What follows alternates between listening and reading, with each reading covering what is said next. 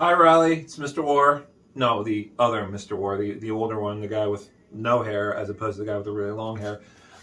Just wanted to say hello. Hope you were doing well. And I was asked to read a book. And when I thought about what book to read, there's only one book that I really, really love, and that is a book called Horton Hatches the Egg by Dr. Seuss. Everyone else likes Horton, Here's a Who. This is my unsung favorite because there's actually a cartoon based off this book. So I would like to read to you Horton Hatches the Egg. Sighed Maisie, a lazy bird hatching an egg. I'm tired. I'm bored. I have kinks in my leg. From just sitting here day after day. It's work. How I hate it. I'd much rather play. I'd take a vacation, fly off for a rest.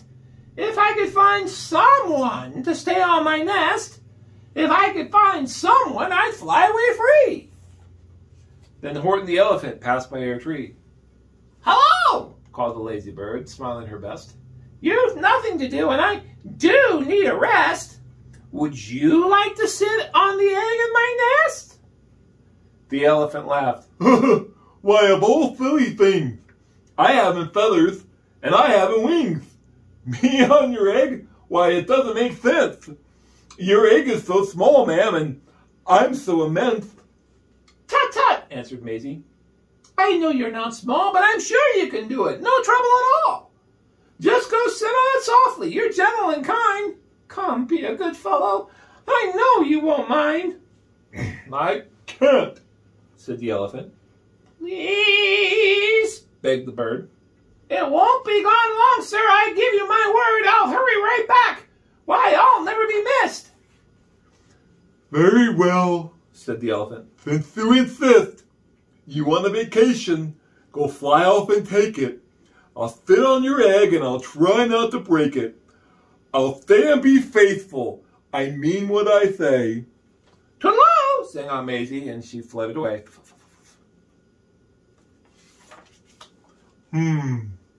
The first thing to do, muttered Horton. Let's see.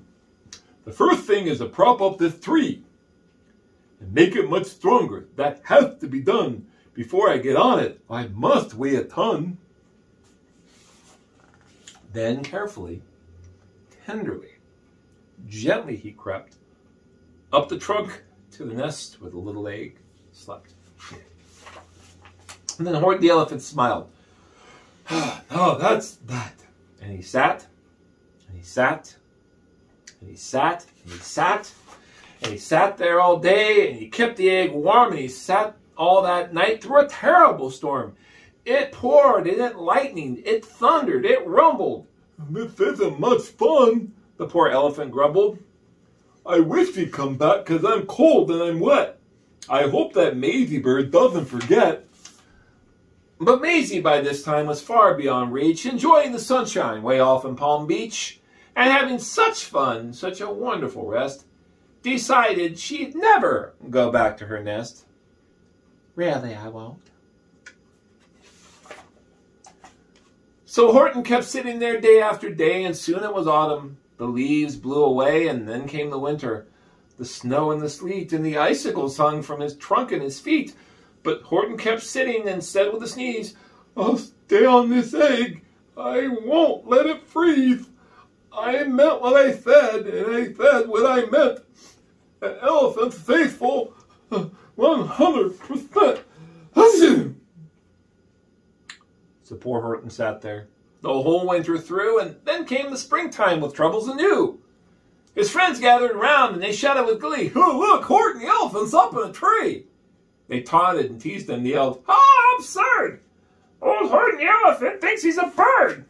They laughed and they laughed, then they all ran away. And Horton was lonely. He wanted to play.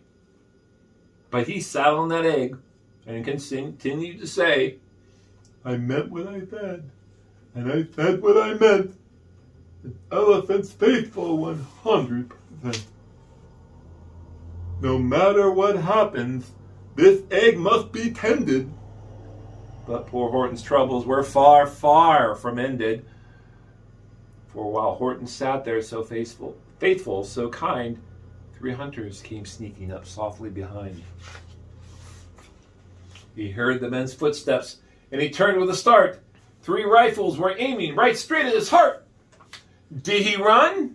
He did not. Horton stayed on that nest. He held his head high, and he threw out his chest. And he looked at the hunters as much as to say, "Shoot if you must, but I won't run away. I meant what I said, and I said what I meant. An elephant's faithful 100%. But the men didn't shoot, much to Horton's surprise. They dropped their 3 guns, and they stared with wide eyes. "Look," they all shouted. "can such a thing be? An elephant sitting on top of a tree. It's strange. It's amazing. It's wonderful. New." "Don't shoot him. We'll catch him. That's just what we'll do. Let's take him alive. Why, he's terribly funny. We'll send him back home to the circus for money." And the first thing he knew, they had built a big wagon with ropes on the front for the pullers to drag on. They dug up his tree and they put it inside, with Horton so sad he practically cried. "We're off!" the men shouted, and off they all went, with Horton unhappy 100%. Up, out of the jungle, up into the sky, up over the mountains, 10,000 feet high, then down the mountains, and down to the sea went the cart with the elephant egg, nest, and tree. Then out of the wagon and onto a ship, out over the ocean, and oh, what a trip! Rolling and tossing and splashed with the spray. And Horton said day after day after day, I meant what I said. I said what I meant. But oh, I'm seasick. 100%. And bobbing around for 2 weeks like a cork, they landed at last in the town of New York. "All ashore!" the men shouted, and down with the lurch went Horton the elephant, still on his perch, tied onto a board that could just scarcely hold him. Bump! Horton landed, and then the men sold him. Sold to a circus, then week after week they showed him to people at 10 cents a peek. They took him to Boston, to Kalamazoo, Chicago, Weehawken, and London, too. Actually, it's Washington. I made that up. To Dayton, Ohio, St. Paul, Minnesota, to Wichita, Kansas, to Drake, North Dakota, and everywhere thousands of folks flocked to see and laugh at the elephant up in the tree. Poor Horton grew sadder the farther he went, but he said as he sat in the hot, noisy tent, I meant what I said, and I said what I meant. Ready? Rilee, let's say it together. An elephant's faithful 100%. Good job. Then, one day, the circus show happened to reach a town way down south, not so far from Palm Beach. And dawdling a long way up high in the sky, who, of all people, should chance to fly by but that good-for-nothing bird, runaway Maisie, still on vacation and still just as lazy.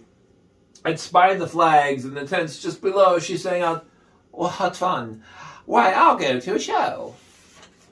And she swooped from the clouds through an open-door tent. "Good gracious!" gasped Maisie. "I've seen you before!" Poor Horton looked up with his face white as chalk. He started to speak, but before he could talk,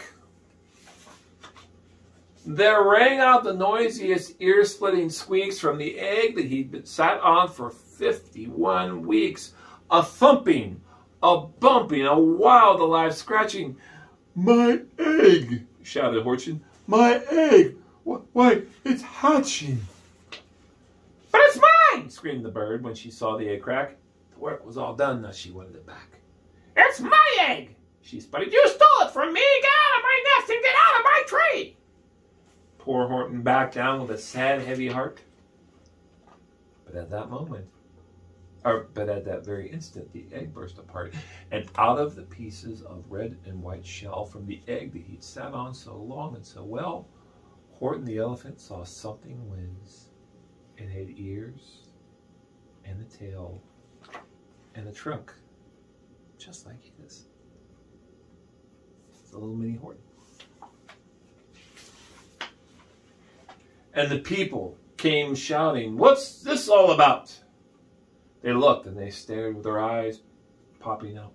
They cheered and they cheered and they cheered more and more. They'd never seen anything like it before. "My goodness, my gracious," they shouted. "My word, it's something brand new. What's an elephant bird?" And it should be. It should be. It should be like that. Because Horton was faithful. He sat and he sat. He meant what he said. And he said what he meant. And they sent him home happy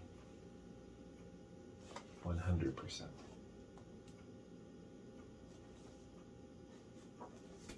The end.